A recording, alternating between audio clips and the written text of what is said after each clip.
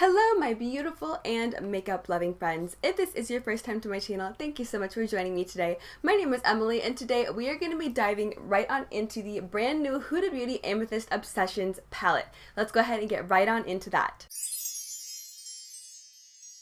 So I am so excited to show you guys this today. I recently got my Huda Beauty Amethyst Obsessions palette. I was so excited for this launch. This retails for $27. You get 10 grams of product and you get 9 different pans of eyeshadow. You also get a really nice mirror as well, and this is a nice little tiny kind of compact travel size palette. Now I went ahead and did a demo of the palette. I did this eye look today, so if you want to see how I got this eye look, go ahead and keep on watching. So I am so freaking excited for today's video. We are going to be testing out the brand new Huda Beauty Amethyst Obsessions palette. If you guys have watched any of my Pay or Stay Aways, I have been talking about this and I've been so excited to get my hands on it, and alas, it is finally here. Please do excuse my voice. My voice is getting a little bit raspy. I feel like I'm starting to get a cold.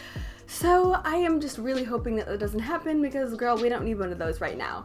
But let's go ahead and get right on into the demo. So I'm just getting started with my ColourPop No Filter Concealer in the shade 00, which is the white concealer. And I'm just going to start by putting a layer of this on my eyeballs. So getting started today, I am just going to pick up my Morphe M578 brush, which is a kind of chubby, round, fat pencil brush, and I'm going to hop right on into the second deepest purple matte down here, which is this beautiful, like, grape juicy, plummy color. And I'm just going to start mapping out the shape of the eye look that I want. This is something that I've been doing a lot. I've been basically taking a really precise brush and mapping out the actual shape before I go in with any blending or anything like that, and it's really helped to make my looks be a little bit more precise looking and a little bit less sloppy. At least in my opinion, I think they look less sloppy. To some people, they might still be sloppy as all hell. So this is going on really nicely so far. As you can see, it seems to be blending out really well, and I'm not putting in a lot of work to blending it yet. I usually don't start blending until like halfway through my eyeshadow process. It does seem to be a bit more sheer than what I see in the pan, but I'm not necessarily opposed to that because, as you can see, it is helping the blending process quite a lot. So I think it's a pretty good shadow so far.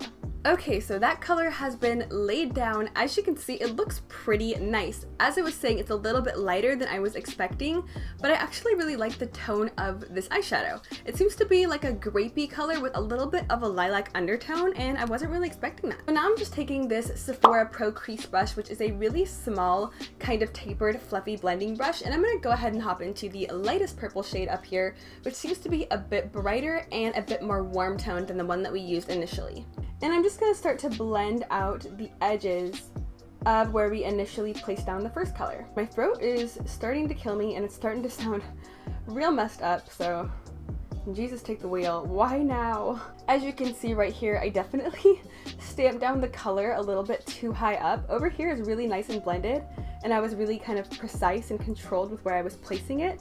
And right here, I just had to stamp my brush right into my eye and create that harsh line. I can never just have a nice perfect eye look, can I? So the lightest purple matte in this palette seems to be a lot more sheer than I was expecting. I think it works really nice for a transition color, and I think you can build it up, but it is a little bit more sheer than I was actually expecting. So I want this look to be a bit brighter, so I'm going to go ahead and take the same brush that I initially used to place down the color, and I'm just going to hop into let's go ahead and hop into this kind of fuchsia-y purple shimmer shade. And yeah, I'm going to be placing a shimmer in the crease. I know, you're not supposed to place a shimmer in the crease or whatever. I don't know, I don't play by the rules. I want to test this palette out, so we are placing a shimmer in the crease. And I'm just placing this down right over top of where I placed the initial first purple shade. And as you can see, that gives it much more of a fuchsia kind of bright purple tone, which I'm looking for. I'm not looking for any soft lavender stuff today. I'm going full on clown makeup for you guys.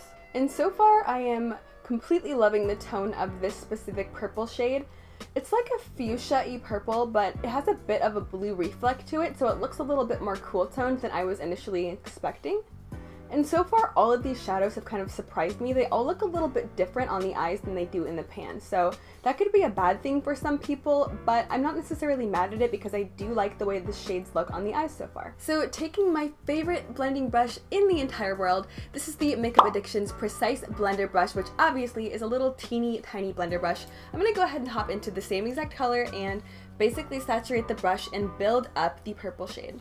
So I'm basically just going to go over where I just placed the color down, and I'm going to intensify it and make it look poppin' and really, really purple. As I said, we're going clown makeup here, so might as well go all out. So I don't know about you guys, but I'm absolutely loving this so far. I think the colors are so freaking beautiful, and I'm really impressed so far. But we're about to go into a really dark shade, and that will be the tell-all for how this formula is.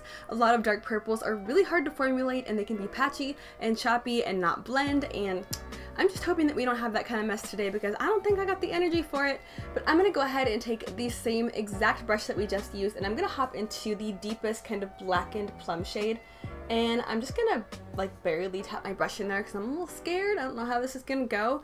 But let's go ahead and just deepen up the outer V and kind of bring it into the crease a little bit, but not too much because I don't want to cover up the beautiful kind of blue toned fuchsia purple. So that's blending fairly well actually. I'm using really light pressure and I didn't dip my brush in a lot, so that could be kind of attributing to what's happening here, but I'm not really seeing any patchiness, any skipping, anything of that jazz, so I don't know, maybe this is a really good purple palette. And as you can see with my eyeshadow here, I'm basically just flicking it out kind of towards my brow. I've seen a lot of people do this on Instagram and it looks really pretty on them, so I am attempting it today. I usually just kind of round out my eyeshadow and kind of go with my natural eye shape, but doing this and kind of flicking it out a little bit will give you more of an elongated kind of cat eye look. So that's what I'm going for. I don't know if I'm going to end up with that, but we're going for it. For the most part, I am satisfied with what is happening on the eyes right now, so I'm going to go ahead and cut the crease with the same concealer that I used to prime, the ColourPop No Filter Concealer in the shade 00, and I just popped that right onto a flat paddle brush. So now I'm just going to cut out the crease, do my usual that I always do, a half cut crease kind of action here. So let me go ahead and get started. Oh Christ, this is so nerve-wracking. Especially doing it like in front of the camera. Usually I do this in front of the mirror in the bathroom and it's way easier to do a half cut crease, but just praying and hoping this goes well.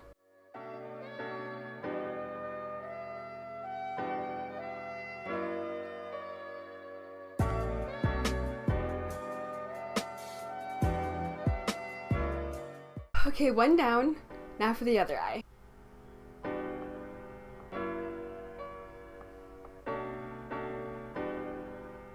What the hell is this shape? Yes, I definitely wanted a weird oblong triangle on my eyeball. It's definitely the look I was going for. So they're not perfect, but they're as perfect as I can personally get them.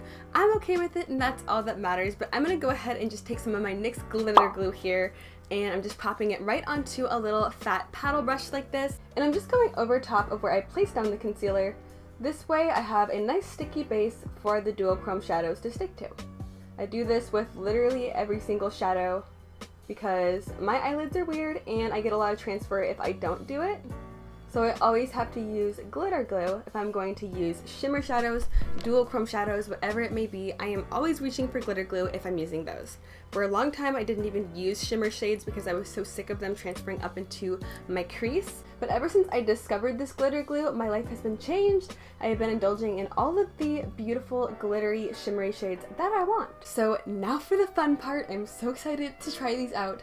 I am going to go ahead and hop into the middle shade here, which seems to be a duochrome kind of pinky purple lavender shade, and I'm just picking this up on a Makeup Geek foiled shadow brush, and I'm just gonna load it up and saturate the brush real nicely.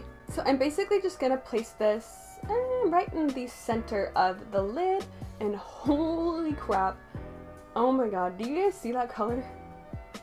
That is very beautiful, if I do say so myself. So layer number 2 here, I'm just popping this right on the center, and as you can see, I'm leaving the inner third of my eye completely blank because we're going to go in with a different shade there. And I just picked up a little bit of that shadow on my finger, and I'm just going to kind of pat it over top of where I laid down the color with the brush because more than likely this will intensify it quite a bit. And it did as I thought it would.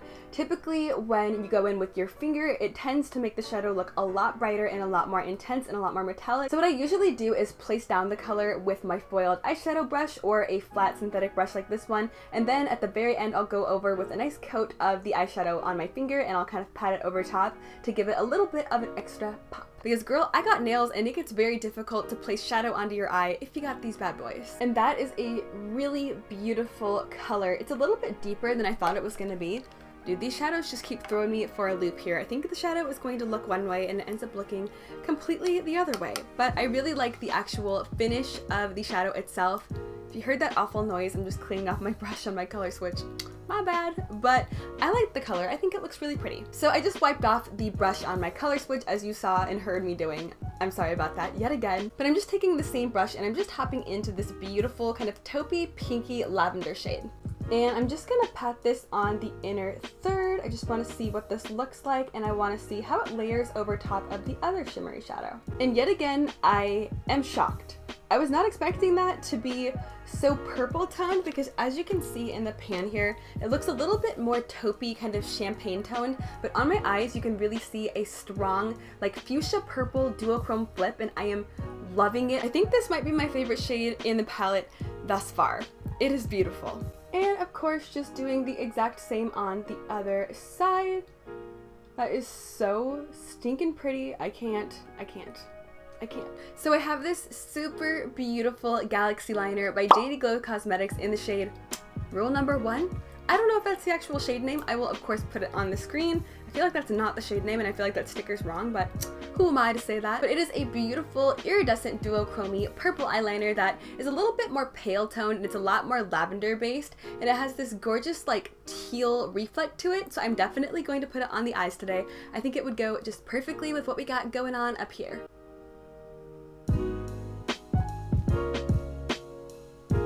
And as you can see, I just followed where the cut crease is and I just stopped right on that kind of outer third area.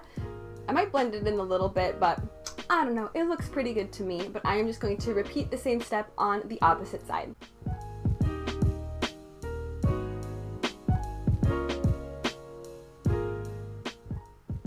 And now finally, for the lower lash line, I am picking up a different, clean Morphe M578. I have like 5 of these because I accidentally added a bunch to my cart and then checked out without looking. So I have a bunch of these on standby if I ever need extra. Good thing I like them because if I would have done that with the brush that I ended up not liking, I would be pretty upset.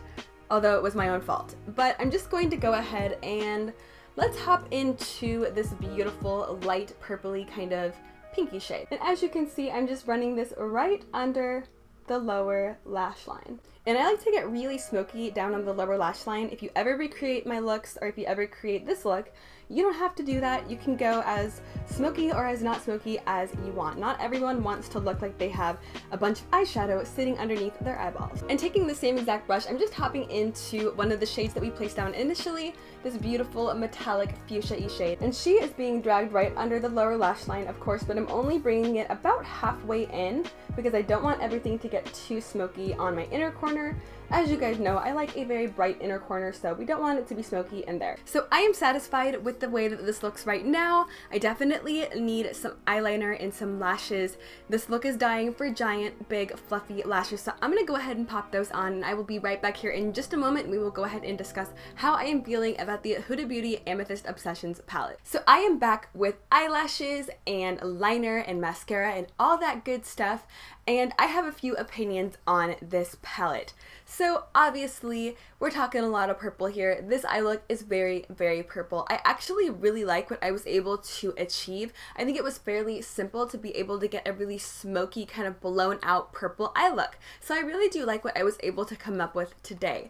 Now, personally for me, I think I'm going to be reaching for this quite a lot actually. I think these tones would pair absolutely beautifully with pink eyeshadow. You guys know I love pink eyeshadow, and I've been kind of experimenting with purple and pink and red and pink and red and purple and all sorts of good stuff. So I think that pairing this with some pink eyeshadow is going to be just amazing. So I cannot wait to do that. I absolutely love the duochromes in this palette. I literally cannot say it enough. I love them. This beautiful taupey lilac-y pinky shade is my absolute favorite shade in this palette. It is so stunning. It's what I have on the inner third here. I absolutely love it. I think it's beautiful. I haven't seen a whole lot of eyeshadows like it that has this beautiful kind of hot pink iridescent shift to it, but it still has that taupey lavender undertone. I really like it. Now, I did get a little bit of fallout underneath my eyes with the shadows, but I feel like that's kind of to be expected when you're working with deeper purple tones. And I do find that the duochromes are a little bit flaky, so you definitely need to use a glitter glue or some kind of really sticky base to get them to hold on. I do also find them to be a little bit on the sheer side. I kind of found every shade in this palette that I used to be a little bit more on the sheer side, but that's not necessarily a bad thing. I think that these colors built up beautifully, and I think that they layered over each other really well. They were really easy to blend. The blendability of these was just amazing. I barely had to put any effort in to actually get these to blend, and that's really hard to do with purple eyeshadow. So I'm pretty impressed with this palette. I do think that this is worth the $27 price point. I like the fact that it's small. I like the fact that you literally get all different shades of purple in here. There's no neutrals, no browns, no filler shades as I call them.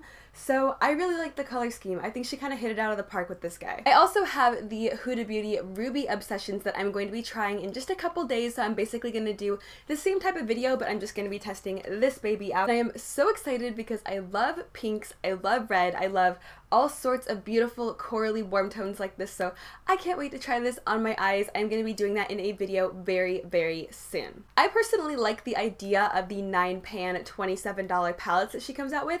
I think that this was a good move on her part as far as her brand goes, because her eyeshadow palettes are pretty freaking spendy. If you buy them from her website, you're spending like $80 for an eyeshadow palette, and if you buy them from Sephora, you're spending like $60, I believe, or is it 68? I don't remember the exact price, but they're pretty expensive. And I find her formula to be good. It's not amazing, but it is good, and I like her color combination, so I'm willing to work with it. But I do appreciate her coming out with smaller palettes, because then I don't have to go out and spend a bunch of money, because that's a lot of money to be spending on one eyeshadow palette. So I like the $27 price point, and I like that she comes out with small palettes. I personally wish that she would have came out with her rose gold remastered palette in this form. I feel like people wouldn't have been so pissed and so upset with her if she would have came out with like a mini version in the 9-pan $27 form. I don't know, it's just an idea, but I personally think that it would have been a much bigger hit. But I think that is going to be wrapping up this video. I think that's all that I have for you guys today on the Huda Beauty Amethyst Obsessions palette. As you can hear, my voice is struggling. I am struggling to talk right now because my throat is getting more and more sore by the second, so rest in peace to me.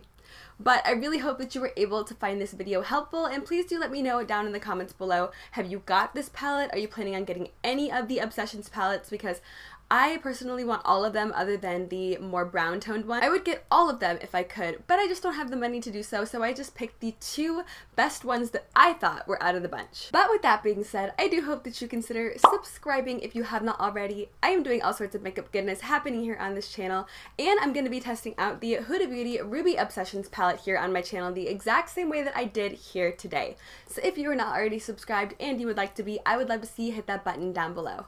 I do also hope that you consider giving this video a big old thumbs up and turning on the notification bell if you want to know when I am posting.